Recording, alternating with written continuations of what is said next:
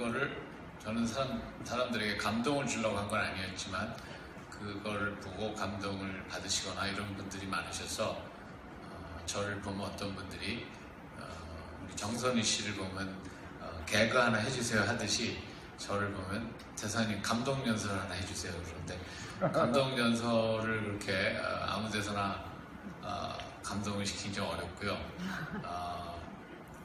또 그 동영상에 나온 제 얼굴만 보고 저를 보시는 분들은 굉장히 대사님이 심각한 분인 줄 알았는데 하나도 심각하지 않네요. 이렇게 얘기를 많이 하세요. 근데 그렇죠. 연설을 할 때는 물론 북한 인권 같이 어려운 주제를 가지고 연설할 때는 심각하게 해야 되지만 저는 오늘 여러분에게 드리려는 이야기는 제가 심각하게 하지는 않으려고 합니다. 이 글로벌 시대 우리가 지금 여러 가지로 글로벌 경쟁 속에서 어렵고 특히 젊은 분들, 청년 세대가 어려움이 많은 걸로 제가 대화를 나누면서 느끼고 여러 가지 느끼는데 그런 분들에게 도움이 될 수 있는 제 생각, 이 글로벌 시대에 우리가 어떻게 생각하고 어떻게 살아가야 되냐 하는 부분에 대한 제 생각, 저 자신이 자라오면서 또 이렇게 성장하고 외교관 생활을 하고 이제 퇴직까지 하면서 저의 생각이 발달한 거 그런 거를 한번 가볍게 여러분들하고 공유하면서 제 슬라이드는 주로 전부 사진인데요. 공유하면서 한 40분 정도 시간을 갖고자 합니다. 제가 이걸 보면서 해야 되기 때문에 한쪽에 서서 하겠습니다.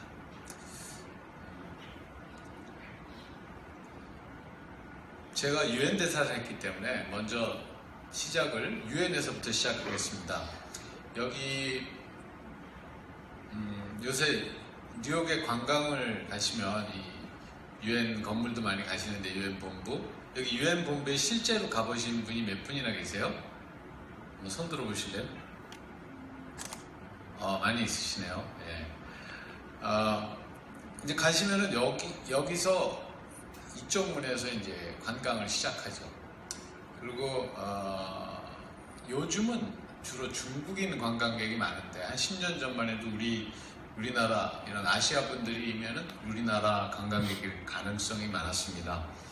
근데 이 높은 건물, 이 성냥갑 같이 생긴 이 건물은 유엔 사무국입니다. 그러니까 회의를 하는 데가 아니고 유엔 사무국 직원 한 7,000명 정도가 근무하는 건물이고요. 제일 꼭대기층이 38층인데 38층에는 유엔 사무총장실이 있어요. 사무총장과 그 사무총장실에서 일하는 직원들이 일하는데 얼마 전까지만 해도 반기문 사무총장이 여기 38층에서 일하셨죠. 그러면 우리 같은 각국 외교관들은 이 건물에서 일하는 게 아니고 이 밖에 대표부가 있습니다. 유엔 회원국은 193개국인데 193개국이 다 대표부 건물이 있고요. 우리나라 대표부 건물은 여기 사진에 안 나오지만 바로 건너편에 있습니다. 그럼 여기 들어와서 이쪽에서 주로 회의를 합니다. 여기는 사진에 안 나오지만 여기 돔같이 생긴 건물이 있어서 그 안에 회의시설이 있습니다. 여러분이 많이 보시는 회의시설은 유엔 총회장도 있지만 유엔 안전보장이사회 건물이 있죠. 이 안전보장이사회는 15나라의 안전보장이사회 회원국이 있고 이 회원국이 아닌 나라들도 앉을 수 있게 조금 자리가 있어요. 빈자리가. 근데 지금 여기 앉아 있는 게 전데요.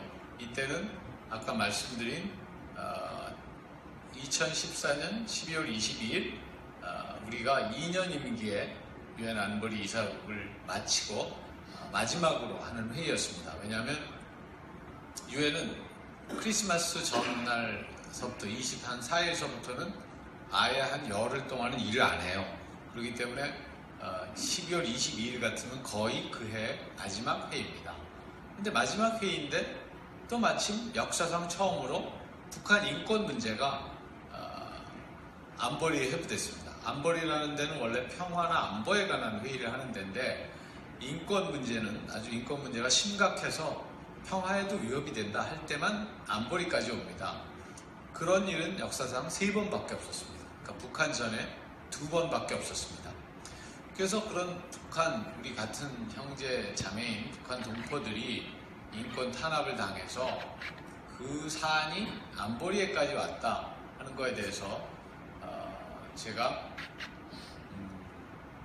다른 나라 대사들, 다른 나라 이사국들에게 우리는 북한하고 남이 아니기 때문에 아주 특별한 생각과 감정을 갖게 됩니다 하는 얘기를 했습니다. 그래서 이게 제가 얘기하는 장면이고요. 북한의 인권에 대해서 우리 저뿐 아니라 다른 대사들도 그날 이야기를 많이 했습니다. 그런데 그 연설이 있고 나서 그 바로 다음 날은 아니지만 한 이틀 후에 제가 밤에 잠을 자는데 제 핸드폰에서 밤새로 띠릭띠릭 이런 소리가 나는 거예요. 무슨 메시지 같은 게 들어오는 것처럼. 그래서 그렇게 메시지가 넌스톱으로 들어올 일은 없으니까 이게 고장났나 하고 아침에 일어나서 보니까 저한테 페이스북에 친구 신청이 150개가 들어있는 거예요. 그래서 저는 그때까지는 페이스북 친구가 800명이었는데 제가 서로 아는 친구가 있는 사람 분들만 친구로 받았거든요. 근데 보니까 그 150분은 다 모르는 분들인데 주로 젊은 분들이고 뭐 학생도 있으시고 저는 군 제대를 앞둔 군인인데요 하시는 분도 있고 다 자기의 어떤 사연 같은 걸 쓰시고 제 북한 인권 연설을 듣고 감동을 받아서 페북 친구가 되고 싶어서 연락을 하셨다. 그래서 제가 그걸 다 지워버릴까 하다가 그러면은 너무 그분들이 섭섭하실 것 같아서 그날부터는 제가 한국 사람은 다 받기로 했습니다. 친구로. 그랬더니 3달 동안에 5,000명이 됐어요. 그러니까 페북에서는 5,000명 이상은 친구를 허용해 주지 않거든요. 그래서 5,000명이 3달 동안에 다 찼는데 그러니까 이제 저도 모르는 분이죠. 당연히 800명을 제외하고는 누군지 모르는 분들이지만 많은 페북 친구를 갖게 되었는데 제가 왜 그분들이 제 연설을 듣고 감동을 느꼈을까? 특히 젊은 분들이. 저는 다른 나라 외교관들에게 우리하고 북한이 특별한 관계이기 때문에 우리가 저런 북한 인권 문제가 안보리까지 온 거에 대해서 특별한 생각과 감정을 갖게 된다. 이 얘기를 한 것뿐인데 왜 감동을 느끼게 되셨을까? 이런 생각을 하게 됐습니다. 그리고 그 중에 어떤 분들은 예를 들어서 뭐 이런 사연도 있으세요. 본인이 제대를 앞둔 군인인데 대학교를 다니다가 군대를 왔는데 제대하면은 자기가 원래 전공하던 그런 공부를 계속하고 싶지 않고 다른 걸 하고 싶은데 대사님의 연설을 듣고 북한 사람이 우리와 남이 아니라는 생각을 갖게 되고 그런 것과 관련된 일을 하고 싶습니다. 대사님 같으면 어떻게 하시겠어요? 이렇게 이제 보내시는 거예요. 그래서 제가 그걸 갖다가 3줄로 답을 줄 수는 없기 때문에 조금 생각해보고 회신을 드릴게요. 저는 누구든지 저한테 이메일을 주시면 회신을 하거든요. 좀 생각해보고 회신을 드릴게요.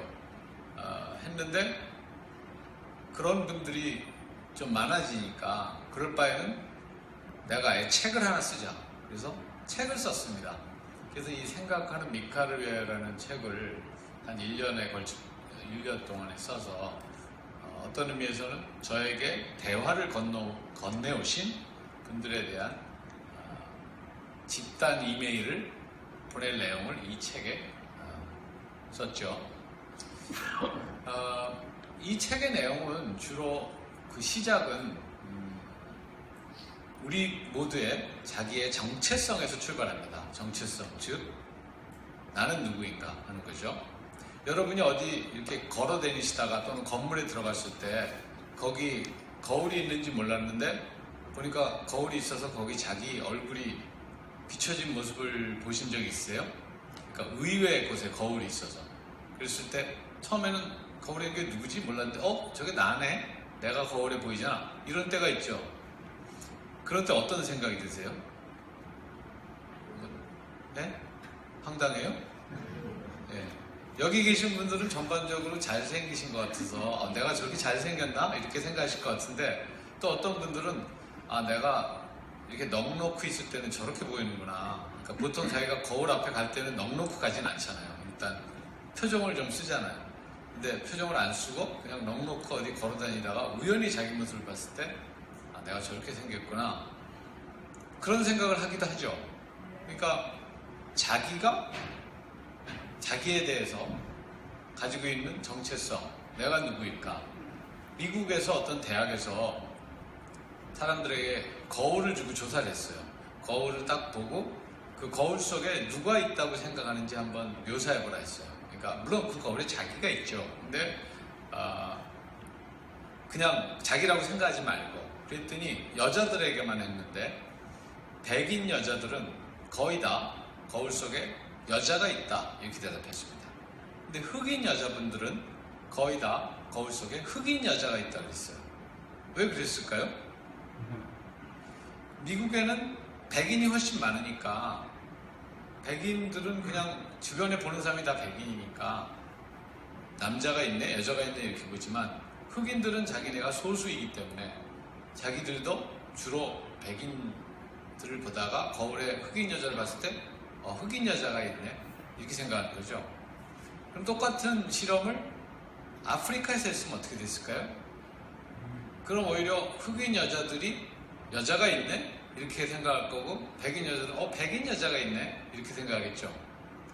그러면 로빈슨 크루소처럼 무인도에 혼자 사는 사람에게 거울을 주면은 그 사람은 뭐라고 대답할까요? 사람이 있네 이렇게 생각했죠. 그 사람은 사람을 하나도 못 보고 살잖아요. 자기 얼굴을 보기 전에 사람을 못 보니까 거울을 보는 순간 사람이다 이렇게 생각했겠죠. 왜 우리를 어떤 때는 사람이라고 생각하고 어떤 때는 백인 여자라고 생각하고 어떤 때는 그냥 여자라고 생각하고 할까? 우리의 정체성이 바뀌는 건 아닌데 그러니까 우리가 우리를 어떻게 생각하냐. 정체성은 사회적, 환경적 요인과 관련이 많습니다. 이건 제 사진인데요. 제가 어렸을 때인데 아마 한두 살? 그 정도밖에 안 된 것 같습니다. 그리고 저를 안고 계신 분은 물론 저희 선친입니다. 근데 저희 선친도 옛날에 1공화국 때 외교관이셨어요. 그래서 LA에 영사로 일하다가 돌아와서 오늘날의 북촌에 사셨는데 거기서 그 집입니다. 그리고 저를 안고 있습니다. 어렸을 때는 자기 자신의 정체성을 주로 가족 관계에서 찾죠. 우리 아버지의 아들, 우리 어머니의 아들, 내 동생들의 형, 뭐 이렇게 누구나 생각하죠. 이거는 제가 초등학교 한 3학년쯤 소풍을 갔습니다. 근데 1965년 4월 29일 우이동에서 이렇게 있었죠.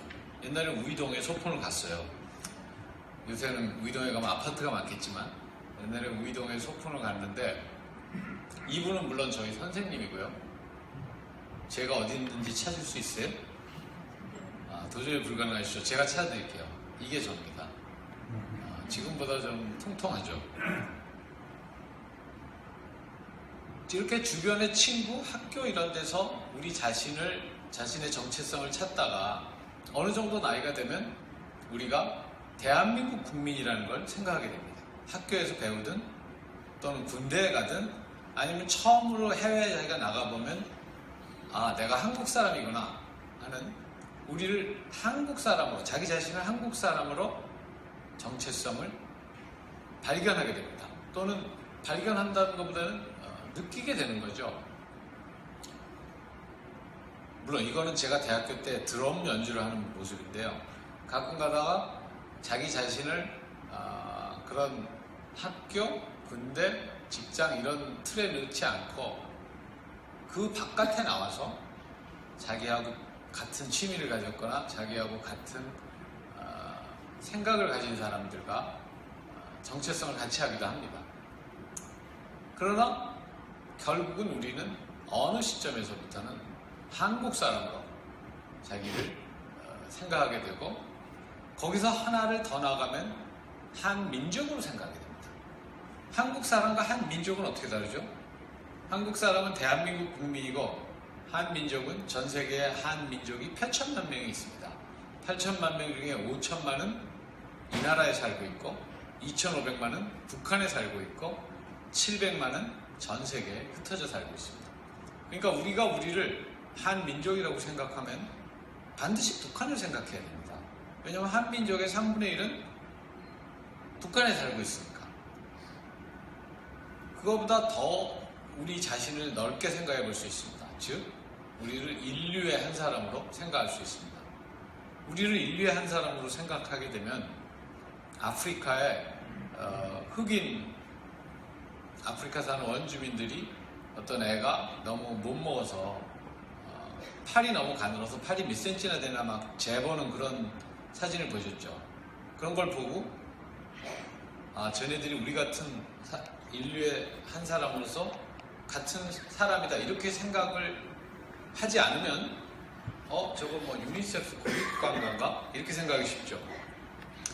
그러나 우리가 아프리카 사람들도 우리가 같은 인류의 하나로서 같은 형제 자매로 생각을 하게 되면 저렇게 어린애가 갓난애가 밥을 굶는데 쟤한테 밥을 못 주는 어머니는 마음이 어떨까? 어머니들은 자기는 배가 고파도 애를 먼저 주지 않아요? 그런데 그 애가 그렇게 말라가지고 막 팔이 몇 센치나 나갔나 재봐야 될 정도면 그거를 보면서도 음식을 줄 수 없는 그 어머니의 마음은 어떨까 하는 생각을 하게 되죠. 그런 생각을 하게 되려면 우리가 우리 스스로를 인류의 한 사람으로 생각해야 됩니다. 아프리카에 살든 중남미에 살든 우리 다 똑같은 인류다 이런 인식이 있어요. 그러니까 우리의 정체성의 문제입니다. 우리가 우리를 어떻게 생각하느냐에 따라 북한 사람도 아프리카 사람도 우리에게 남이 아닐 수 있는 거죠. 인간의 존재는 무엇입니까? 여러분이 머리를 자르거나 손톱을 깎거나 그래서 자기 몸의 일부가 잘렸지만 우리는 아무 변화가 없죠. 심지어 사고로 손이나 발을 잃어도 나는 나죠. 어떤 분은 팔다리가 다 없고 몸통만 가지고 세상을 살아가고 책을 쓰신 분도 있어요. 그렇지만 우리의 두뇌가 없으면 그래도 나는 납니까? 그건 아닌 것 같죠. 두뇌가 있어도 치매에 걸려서 기억력이 다 지워지신 분들을 보세요. 완전히 다른 사람이 된 것 같죠. 그럼 우리는 뭡니까? 우리는 우리의 두뇌입니까? 여러분이 영혼의 존재를 믿는다면 두뇌를 작동시키는 영혼이 있다고 생각한다면 내가 죽더라도 영혼이 내 몸을 떠나서 계속 살 수 있다 이렇게 믿을 수 있어요. 여러분이 종교가 있다든지 종교가 없더라도 영혼의 존재를 믿으면 영혼의 존재를 믿지 않는다면 두뇌가 작동하지 않으면 그걸로 끝이죠. 그 우리는 우리의 두뇌이고 우리는 우리의 생각입니다. 스티븐 호킹이라는 영국의 물리학자는 머리 위에는 제대로 작동하는 게 하나도 없는 사람이죠. 스티븐 호킹은 이런 말을 했습니다. 사람은 컴퓨터가 고장나면 작동하지 않는 것처럼 우리 두뇌가 정지하면 작동하지 않는다. 그러니까 사후세계가 있다는 거는 컴퓨터가 죽었다고 해서 사후세계가 있는 게 아니듯이 사람도 죽으면 그만이고 사후세계라는 거는 어둠을 두려워하는 인간들이 쓴 동화일 뿐이다. 이렇게 얘기했어요. 제가 스티븐 호킹이 한 말이 맞다는 말이 아닙니다. 특히 여러분들이 종교가 있다면 그거는 절대 안 맞다 이렇게 생각하시겠죠. 저도 기독교인입니다. 근데 스티븐 호킹처럼 왜 나는 이렇게 두뇌 위에는 작동하는 게 하나도 없을까? 팔다리도 못 움직이고 아무것도 내 힘으로 할 수 없을까? 이런 상황이 됐을 때 하나님도 없고 사후세계도 없고 그냥 이렇게 컴퓨터처럼 다 쓰면은 그걸로 폐기하고 우리 인간의 수명은 그걸로 끝나는 거다. 이렇게 생각하기 어렵죠. 그렇게 생각하기엔 너무나 허무하죠. 아까 얘기한 것처럼 저는 어렸을 때 북촌에 살았습니다. 이 저기 보이는 산이 두각산인지 인왕산인지 약간 확실치 않지만 어쨌든 북천에 있는데 살았고요. 제가 살던 집은 일식집이었는데 마당에 감나무가 2그루 있었어요. 감나무가 2그루 있으면 한 그루씩 번갈아서 열매를 맺습니다, 매년. 근데 열매를 맺으면 삼천공원하고 가까워서 까치가 날라와서 감을 먹습니다. 근데 저는 어렸을 때 까치가 감을 먹는 거를 보려고 1시간, 2시간도 막 기다렸어요, 창가에서. 그럼 어른들이 지나가면서 보면서 얘는 애가 참 별나, 어떻게 저 조그만 애가 저렇게 창가에 앉아서 1시간씩 가만히 있지? 이러는데 저는 제가 그렇게 별난 건 아니고요. 저는 그렇게 앉아있으면서 생각을 많이 했습니다. 공상을. 뭐 초등학생이 무슨 공상을 하겠어요. 무슨 뭐 제가 만화나 동화에서 본 이야기, 제가 투명 인간이 돼서 막 사람들 골탕 먹인다든지, 제가 우주선을 타고 어디 달나라에 갔다 온다든지 이런 공상을 계속하면서 까치가 오기를 기다렸습니다. 까치보다 더 생각을 몰두하기 좋은 대상이 뭔지 아세요? 별입니다. 저는 어렸을 때 5학년 때부터 과외를 했는데요.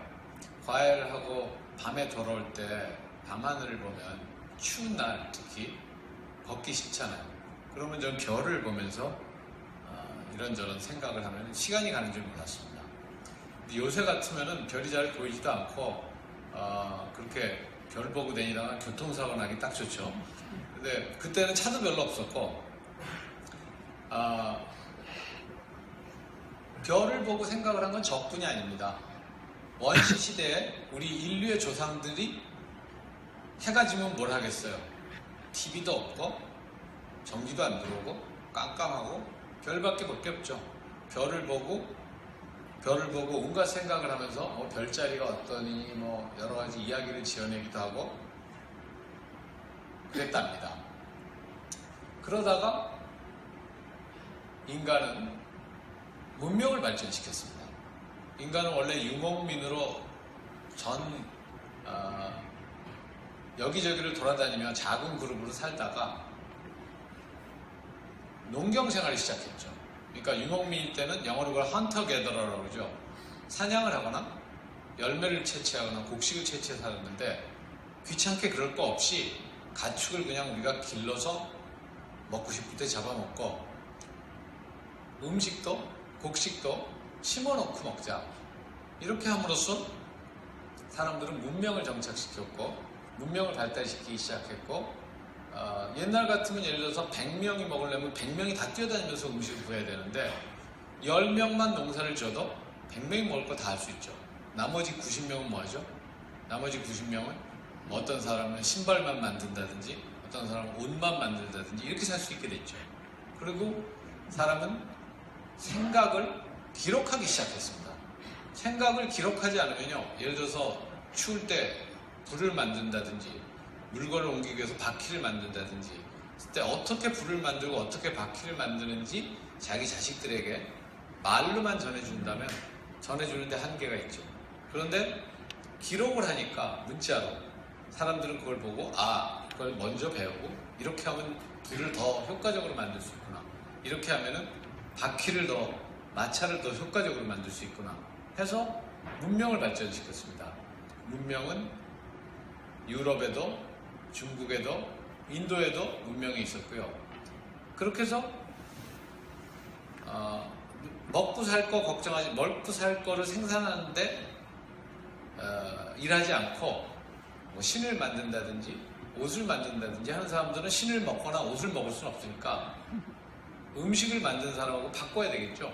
그래서 시장도 생겼습니다. 생산에 있어서 인간은 머리가 좋아서 기계를 만들어서 예를 들어서 신발을 만드는데 100명이 신을 신발을 10명이 만들었다면 기계가 있으면 10명이 1000명, 10,000명이 신을 신발을 만들 수 있죠. 굉장히 효과적으로 생산하게 됐습니다. 그러나 그와 함께 빈부의 차이가 심해졌어요. 옛날에 그냥 사냥하고 열매 따고 할 때는 누가 특별히 부자거나 가난한 사람이 없는데 사냥을 했으면 먹어야죠. 냉장고도 없는데 그걸 어디다 놓습니까? 그러니까 아무도 남보다 더 많은 먹을 걸 가지고 있는 사람이 없었는데 가축이 있고 곡식 있고 이러면 가축을 누가 가지고 있으면 되죠. 그럼 그 사람은 부자입니다. 생산을 하기 시작하고 공장을 만들면서는 빈부의 차이가 더 심해졌습니다. 그래서 공산주의 이론 같은 것도 나왔죠. 생산 수단을 국가가 가지고 모든 사람은 그냥 월급만 받게 하면은 우리 사회에 불평등이 없어진다. 그런데 공산주의는 물론 실패했습니다. 공산주의가 실패한 데는 여러 가지 설명이 가능하지만 저는 공산주의가 사람들이 잘 살아보려는 또는 소유하려는 그 욕심, 의지 그런 거를 너무 과소평가한 것 같아요. 그리고 또 하나 공산주의가 실패한 원인은 민주주의, 자유경제도 공산주의가 주장하는 것을 반영했습니다. 사회복지라든지 또는 조세, 여러분 어느 나라나 민주국가들도 최고의 소득을 버는 사람들은 소득세를 어느 정도 내는지 아세요? 대개 40%에서 60%까지 냅니다. 자기가 번 거에 절반 정도 소득세를 냅니다. 그런가 하면 소득이 낮은 분들은 소득세를 한 푼도 안 내죠. 우리나라도 소득세를 한 푼도 안 내는 분도 많이 있습니다.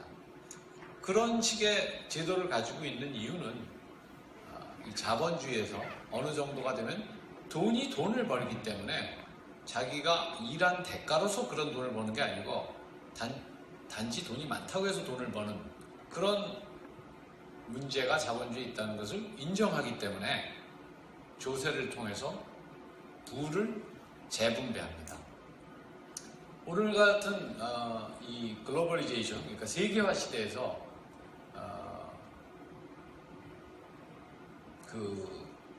점점 더 사회적, 경제적 불평등이 커지고 있습니다. 그 이유는 뭔가 하면 제 생각에는 아까 같이 조세 정책을 통해서 소득을 재분배하거나 이런 것이 가능하게 되었는데 특히 공산주의가 실패하고 자본주의, 민주주의 국가들도 공산주의가 주장했던 그런 사회적, 경제적 불평등 문제를 해소하는 방안을 어느 나라나 추구하니까 빈부의 격차를 어느 정도 줄일 수 있었는데 세계화가 되면은요, 예를 들어서 글로벌 기업들은 생산 원가가 가장 낮은 나라에 가서 생산을 하고 세금이 가장 낮은 나라에 가서 세금을 낼 수 있어요. 근데 세계에는 세계 정부가 없거든요. 국내에는 국내 정부가 있으니까 기업들이 그렇게 못하게 합니다. 기업들이 생산을 경기도에서 하든 제주도에 가서 하든 대한민국 정부에 세금을 내야 됩니다. 그런데 세계 정부가 없기 때문에 기업이 어느 곳에서 생산 원가가 낮은 데 가서 생산을 해도 그것을 세금을 물리거나 할 수도 없습니다. 그래서 경제적, 사회적 불평등은 세계화와 함께 더 커지고 오늘날에는 1%의 인구가 99%의 전 세계 인구와 같은 부를 가지고 있습니다. 즉 1%의 세계 인구가 전 세계 부의 절반을 가지고 있습니다. 그와 함께 이 무한 경쟁에 가까운 이 산업화 이후의 발전 경쟁으로 기후변화라는 아주 심각한 문제가 도래했습니다. 지금 왼쪽에 있는 곳은 노르웨이에 있는 스발바드 섬이라고 북극에 가까운 곳인데요. 제가 저기를 갔을 때 저기의 소장이 저에게 그랬습니다. 제가 한 7, 8년 전에 갔었는데 앞으로 30년 내에 북극해는 여름에 얼음이 하나도 안 남고 다 녹는 날이 올 겁니다. 그랬어요. 북극해라는 데는 바다인데 항상 얼음이 있습니다. 겨울에는 그 얼음이 많아서 육지와 다 연결되고 여름에는 얼음이 점점 줄어들어서 섬처럼 되는데 30년 내에 얼음이 한 조각도 안 나는 여름날이 올 겁니다. 그랬는데 지금은 그걸 10년 내에 올 거라고 생각합니다. 그러니까 더 빨라지고 있고 그렇게 되면은 우선 이 북극곰 같은 동물들이 문제죠. 북극곰은 진화해서 이렇게 흰색으로 얼음에서 사냥을 하게 되어 있습니다. 북극곰은 야채나 과일이 없기 때문에 북극에는 무조건 움직이는 건 다 잡아먹는데 그러려면 자기가 이렇게 흰색으로 돼서 얼음 속에서 좀 보호가 돼야 되는데 얼음이 없으면 어떻게 되죠? 보호가 안 되니까 어디 가서 뭐 잡아먹으려고 해도 가까이 가면 금방 알잖아요. 곰이 오는지. 그래서 이렇게 우울한 표정을 지금 짓고 있습니다. 그러고도 인간들은 전쟁을 하면서 사는데 전쟁을 여러분이 생각해 보시면은 동물들도 싸우지만 사람처럼 종교나 이념 때문에 싸우는 동물은 없습니다. 종교가 뭡니까? 종교는 사람이 죽고 사후 세계 이 모든 우주의 섭리가 어떻다는 데 대한 믿음이잖아요. 근데 그걸 자기만 믿는 게 아니고 인간은 남들도 그렇게 믿어야 돼요. 우리는 그것을 선교라고 부릅니다. 남들이 그렇게 안 믿으면 전쟁도 합니다. 이념이 뭡니까? 우리 사회가 아까 공산주의 얘기한 것처럼 우리 사회가 이래야 한다 하는 거에 대한 우리의 믿음이죠. 그럼 우리 사회를 우리만 그렇게 만들어 살면 되는데 그게 아니고 남들도 사회를 그렇게 만들기를 원합니다. 그렇게 만들지 않으면 전쟁도 합니다. 그래서 인간만이 종교나 이념 때문에 전쟁을 합니다. 전쟁을 하면 이겨야 되기 때문에 무기를 점점 강력히 만들어서 미사일이나 전투기도 만들었을 뿐 아니라 핵무기까지 만들었죠. 지금 우리 형제 자매인 북한이 핵무기를 만들어서 전 세계를 위협하고 있습니다. 우리 한국인들에게 그럼 대해서 조금 정체성을 좁혀보겠습니다. 앞에는 제가 세계에 대해서 얘기했는데 저는 여러분들과 저의 얼굴 속에 우리 한국인의 역사가 있다고 생각해요. 왜냐하면 우리는 모두 다 부모님으로부터 물려받은 DNA에 의해서 우리가 어떻게 생기는 게 결정되고 또 우리 부모님은 그 할머니 할아버지들한테 물려받은 DNA에 의해서 어떻게 생기는 게 결정되기 때문에 우리 옛날 우리 조상들의 얼굴을 보면 이건 삼국시대 벽화죠. 이 말 달리는 화랑의 얼굴을 보세요. 이것도 고분 벽화인데 이 귀부인의 얼굴을 보세요. 옛날 삼국시대. 삼국시대면 2000년 전이죠. 김홍도가 그린 씨름판에 웃고있는 아저씨 얼굴 보세요. 이거는 신미양요 때 미국 배가 들어오니까 무서워서 우리 조상분들이 이렇게 두려워하고 있는 얼굴입니다. 3.1운동을 일으켰을 때 유관순 열사의 얼굴을 보세요. 위안부로 잡혀가는 소녀들의 모습입니다. 이 소녀도 우리의 자매입니다.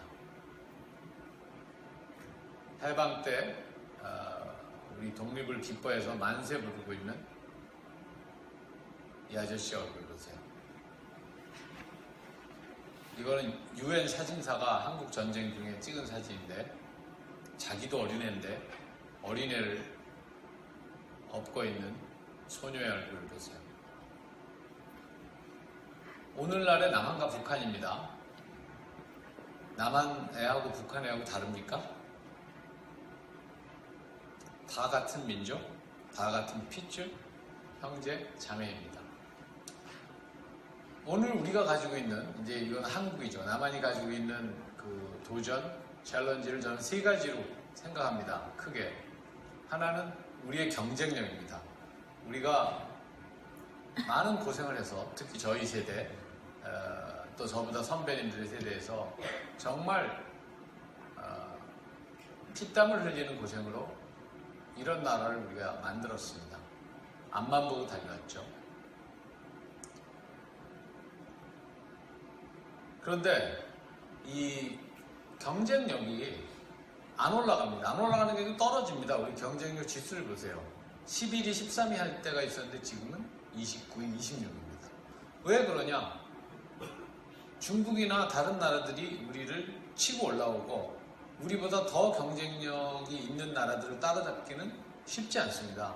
그러니까 경쟁력 40위에서 20위가 될 때까지는 비교적 쉽지만 20위에서 한 칸 한 칸 올라가는 것도 정말 힘든 일이고 어려운 일입니다.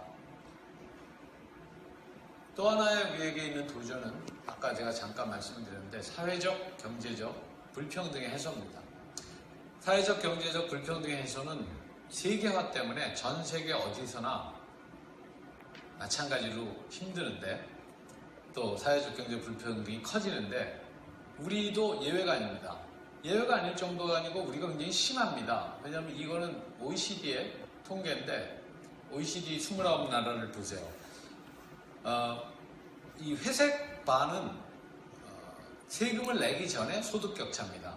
그러니까 이게 바가 높을수록 소득 격차가 큰 나라예요. 이 덴마크 같은 나라를 보면요, 세금을 내기 전에 소득 격차가 굉장히 높죠. 우리나라보다 소득 격차가 더 큽니다. 우리나라 여기 있죠. 근데 푸른색 바는 세금을 낸 후에 소득 격차입니다. 덴마크는 세금을 낸 다음에는 소득 격차가 확 줄어들어서 평등한, 공평한 나라가 됐죠. 우리나라는 세금을 내기 전에는 뭐 그래도 그렇게까지 불공평한 나라가 아니었는데 세금을 낸 다음에도 별 차이가 없습니다. 그건 무슨 뜻인가 하면 조세에 의한 소득 재분배가 제대로 되고 있지 않다는 뜻이죠. 그리고는 이제 물론 오늘 이 주제인 한반도 통일입니다. 이 사진에 보시는 것처럼 북한에는 전기가 없고 불이 없어서 남한이 마치 섬처럼 보입니다. 지금 남북한은 전 세계에서 가장 심각한 군사력이 집중되어 있는 곳입니다. 전 세계에서 한반도처럼 군사력이 많이 집중되어 있는 곳, 긴장이 높고 한 곳은 없습니다. 이거는 이산가족 상봉인데요. 우리가 이런 상황에서 아까 교수님께서, 신 박사님께서 그 통일 대박에 대해서 많은 말씀을 해주셨는데 통일이 되는 것이 우리에게 이익이다. 틀림없습니다. 장기적으로. 근데 젊은 세대는 특히 저도 대화를 나눠보면 그건 장기적인 얘기고 우선은 통일을 하면 통일 비용이 들지 않냐 이런 생각을 많이들 하세요. 그것도 맞는 말이에요. 그래서 저는 통일을 우리에게 이익이니까 통일을 한다 이런 생각보다는 우리와 같은 민족이니까, 그러니까 우리가 우리를 대한민국 사람으로만 생각하느냐, 여러분들이 여러분을 예를 들어서 경상도에서 오셨다고 경상도 사람으로 생각하냐, 전라도 사람으로 생각하냐, 서울 사람으로 생각하냐, 조금 더 나가서 대한민국 사람으로 생각하냐, 조금 더 나가서 한민족으로 생각하냐, 조금 더 나가서 인류의 한 사람으로 생각하냐에 따라서 세상이 다릅니다. 그러니까 우리가 우리를 대한민국 사람으로만 생각하지 말고 한민족으로, 전 세계 8천만 한민족, 5천만이 남한에 살고 2,500만이 북한에 살고 700만이 전 세계에 삽니다. 그렇게 생각을 하면 이분들은 자기 형제 자매, 부모 자식을 60년 만에 처음 만나서 3일 동안 만나고 다시 헤어진 분들입니다. 다시 헤어지면 이제는 다시는 못 보게 됩니다. 여기 계신 젊은 분들은 당장 여러분의 형제를 오늘 내일부터 60년 동안 못 만나고 60년 만에 처음 만난다고 생각해 보세요. 가슴 아픈 일이죠.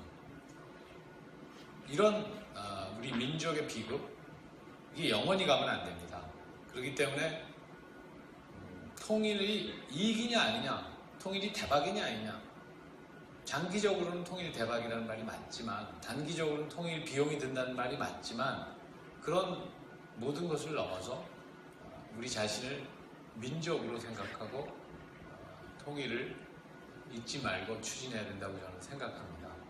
우리가 이런 시기를 거치면서 여기까지 왔는데 이 시점에서의 우리가 가지고 있는 도전, 경쟁력, 사회적 경제적 불평등, 통일 이런 것들을 헤쳐나가려면 우리가 우리 자신을 글로벌한 세계 속의 한국, 세계 속의 한국인으로 생각하는 게 저는 중요하다고 생각합니다. 요즘 특히 젊은 세대는 청년 실업도 높고 자살률이 OECD 국가 중에 한국이 1위입니다. 인구 10만 명당 28.7명이 자살합니다. 우리나라는. 어릴 때부터 엄청난 경쟁 속에 살기 때문에 전 세계적으로 청년 세대가 다 어렵지만 글로벌 시대에 우리는 특히 어렵습니다.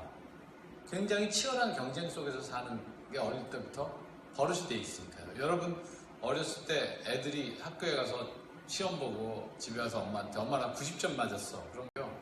얼마 전에 제가 KBS TV에서 봤는데 과테말라에 가서 우리나라 청년 5명이 커피숍을 해서 성공한 이야기가 있어요. 과테말라는 커피의 나라거든요. 우리나라는 커피가 하나도 안 나죠. 그런데 우리나라 젊은이들이 가서 커피 농장을 돌아다니면서 제일 좋은 커피를 사서 커피숍을 해서 커피의 나라에서 커피숍으로 성공했습니다. 그런 마음이 필요한 때입니다.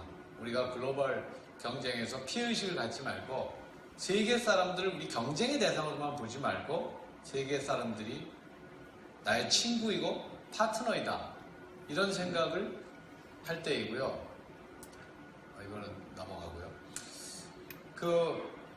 그래도 어쨌든 어떤 때는 삶이 어려울 때가 있습니다. 누구나. 이게 이제 끝으로 제가 하는 얘기인데요. 왜 나한테만 이런 일이 일어날까? 정말 살고 싶지가 않다. 이런 생각을 할 때가 누구나 있습니다. 제가 어떤 고등학생 인턴 기자들하고 인터뷰를 했더니 걔네들이 저한테 대사님도 그런 적이 있었어요? 정말 살고 싶지가 않다 이렇게 생각하신 적이 있었어요. 그래서 네, 저도 있었거든요. 누구나 있습니다. 그런 때가. 그래서 그런 정말 살고 싶지 않을 정도의 괴로울 때는 저는 저 자신을 어떤 요새 드론으로 사진 찍을 수 있죠. 그래서 드론으로 나 자신을 찍는데 드론이 점점 올라가서 나로부터 멀어진다. 이렇게 생각을 해보세요. 그러면 점점 자기 자신을 멀리서 보는 거죠. 이렇게 항구에서 점점 멀어져서 우주까지 나오고 더 멀어지면은 이 사진은 화성에 간 로봇 탐사 위성이 화성의 밤하늘을 1년 동안 계속 찍었거든요. 그 중에 한 사진인데 로봇 탐사 위성은 이게 뭔지 모르고 찍었지만 지구에 있는 학자들이 보니까 저기 있는 게 지구입니다. 이게 지구죠. 이건 금성, 이건 수성입니다. 그러니까 우리가 밤하늘에 화성을 보듯이 화성에서는 우리를 이렇게 봅니다. 이거는 공상과학 소설이 아니고 여러분도 언젠가는 저기에 가서 저렇게 볼지도 모릅니다. 우리 지구를. 그러니까 우리가 가지고 있는 모든 고민, 우리가 즐겁고 슬프고 열광하고 절망하고 열받고 화내고 웃고 울고 하는 모든 것이 저기에서 저 별이 한번 반짝하는 순간에 일어나는 일들입니다. 그렇게 해서 우리가 마음의 평정을 좀 얻을 수 있다고 생각하고요. 그렇게 얘기하니까 어떤 분들은 그러면 인생이 너무 허무하잖아요. 저 별이 한번 반짝이는데 이 모든 일이 다 일어나니까 그럼 우리는 아무것도 아니란 말입니까? 이렇게 얘기하시던데 아무것도 아닌 건 아니죠. 우리는 일정한 시간, 100년도 안 되는 시간을 이렇게 작은 공간을 차지하고 살다가 가지만 내 몸속에 작은 조각이 내 자식들에게 가고 여러분이 결혼을 안 해서 자식이 없더라도 마찬가지입니다. 자기 형제, 자매, 부모를 통해서 우리가 전체가 인류로서 계속 살아남습니다. 미국의 아메리카 인디안들은 원래부터 그런 생각을 가지고 있었거든요. 사람이 죽더라도 자기가 계속 다른 자연 속에 남아있다 하는 생각이 있어서 이런 시가 있습니다. 나는 죽더라도 여러분을 떠나는 게 아닙니다. 나는 천개의 바람이고 내리는 눈 위의 반짝임이고 익어가는 곡식 위의 햇빛이고 부드러운 가을비이고 하늘을 나는 새이고 밤하늘의 별입니다. 나는 매일 아침 여러분의 곁으로 돌아옵니다. 그렇죠. 내가 있어서 우리가 있고 이 세상이 있습니다. 감사합니다.